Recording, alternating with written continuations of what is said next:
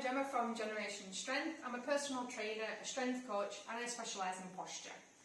Today I want to talk to you about my 5 favourite office moves that you can do to counteract all of the time that you spend sitting and staring at a screen.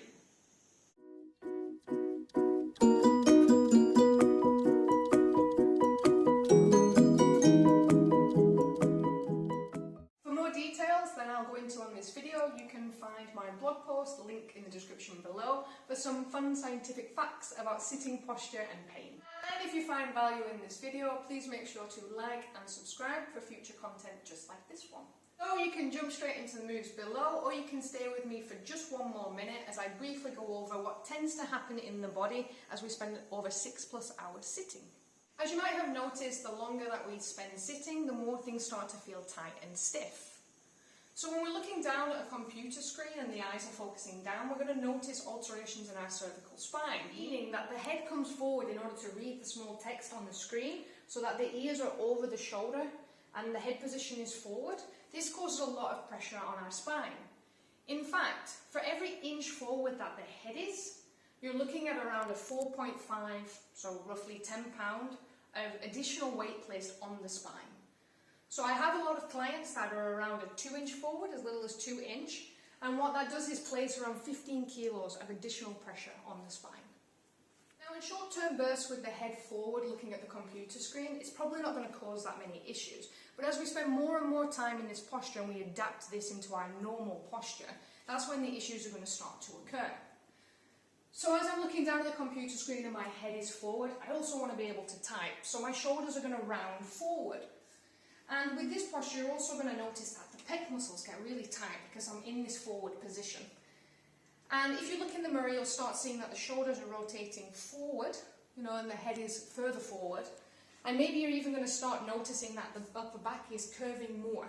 Now, there is a natural curvature towards the thoracic spine, known as kyphosis. But the problem with sitting at the computer desk for so long is that kyphosis becomes hyperkyphotic. So then if I'm going to look in the mirror, maybe what I'm going to see when I'm standing is an excessive curve in the upper back.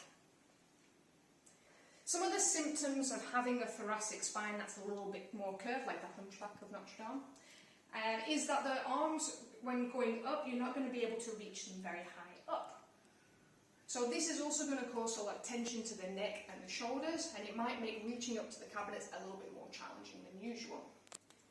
So as the cervical spine comes out of alignment and the thoracic spine comes out of alignment, it's not going to be long until you start to notice issues with the lumbar spine. So maybe some lower back pain, either all the way across or to one side. Though sometimes with back pain that actually might be one of the first signs that you start to notice. And then from there, everything is a domino effect. So as we're sat down and we've dealt with the upper body up until the lumbar spine, and now we're going to look at the lower body. So the hip flexors are going to become tight and short just from being in that flex position. And what that's going to do is it's going to pull the pelvis. It's going to pull the pelvis out of alignment. And this means that the muscles that act in and around the hip are going to be affected by this. So that means that the hip flexors are going to become tight. The quads are also going to become tight. The glutes, because I'm sitting on them and not really doing anything with them, they kind of turn off and become inactive. That's also going to contribute to lower back pain. They also tend to become weak as well. And the last thing that we want are weak glutes. We want them strong and mobile. In fact, having strong glutes is a preventative measure for back pain. Thanks for sticking with me through that. Now I'm going to go through my 5 favourite moves that you can start performing to help alleviate any stress or tension in the body.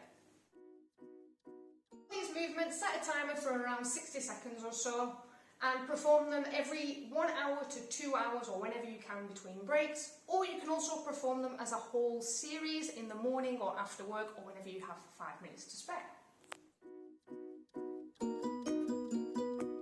Sitting at the desk, typing away, can lead to a lot of tension in the shoulders and in the neck. A great move to counteract the rotated shoulders is this move right here. Sit at the end of your chair on your sit bones, giving yourself enough space to interlock your fingers behind your back. Pull the shoulders back and down, creating as much space as you can between your shoulders and your ears.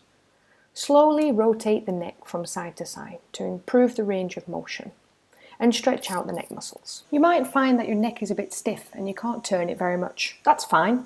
Work with your range of motion and gently try to increase the angle as you perform more repetition. For the next part of this mobility drill, you'll be focusing on the typical forward head posture from reading text on the screen. These active chin tucks are a great way to realign the head and cervical spine over the centre line of the body. Keep the eyes facing directly forward and retract the chin in so your ears are over your shoulders.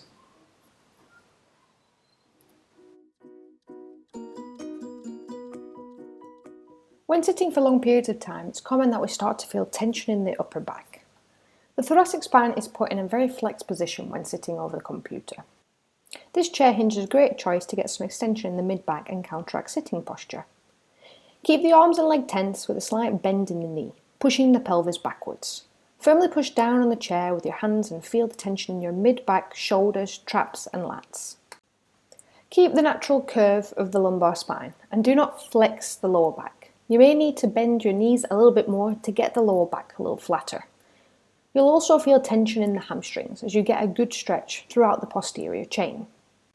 A good cue is to think about pushing your chest down to the floor to get a nice stretch in the mid-back, whilst keeping your head in line with the rest of the spine.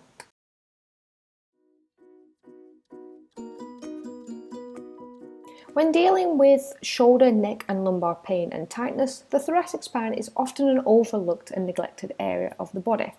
However, the T-spine can cause pain and tension in these areas and place excessive load on the lumbar spine, so it's a great area to tackle for headaches and lower back pain. This bent over T-spine rotation drill is a great way of improving overall spine health and preventing neck pain. You want to hinge forward at the hips and place the hand on the back of the neck. Begin to rotate, leading with the eyes, head and shoulder. Slowly rotate the elbow up to the ceiling whilst concentrating on initiating the movement from the mid-back. Keep the lumbar, thoracic and the cervical spine aligned during the rotation. Your range of motion may feel quite limiting, so it's important to not force the movement. So long as you feel it as a rotation in the mid-back and you feel a nice stretch, then you're heading in the right direction.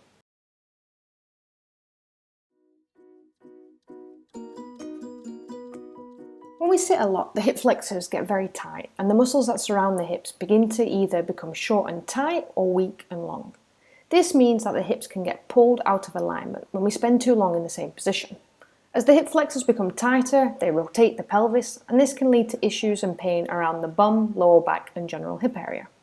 This hip flexor stretch is one of my favourites, and it's a great way to relax the hip flexors and restore proper function back to the hips. Set up in a wide front lunge with your knees behind your toes. Keep your hips back and your glutes and your core squeezed. Keep the back glute squeezed hard, as this is going to help the hip flexor to relax. Lift the arms overhead and lean the torso toward the side of your front bent knee. This stretch targets the hips, quads and hip flexors, whilst the extended arm position helps target the lats, the obliques and the entire side of the torso down into the pelvis.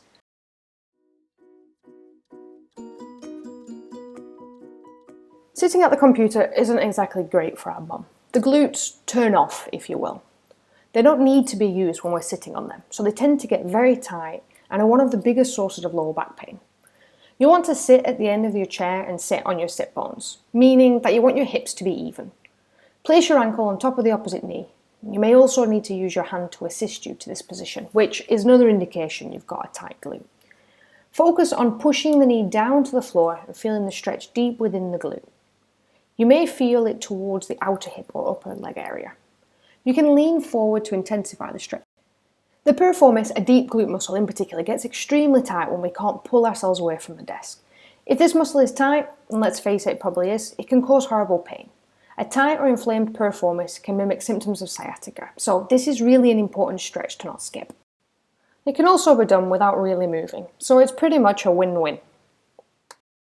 That's it, thank you for watching. If you liked the video, drop a comment below, tell me which move was your favourite. And again, if you like the content, don't forget to subscribe to more videos like this in the future.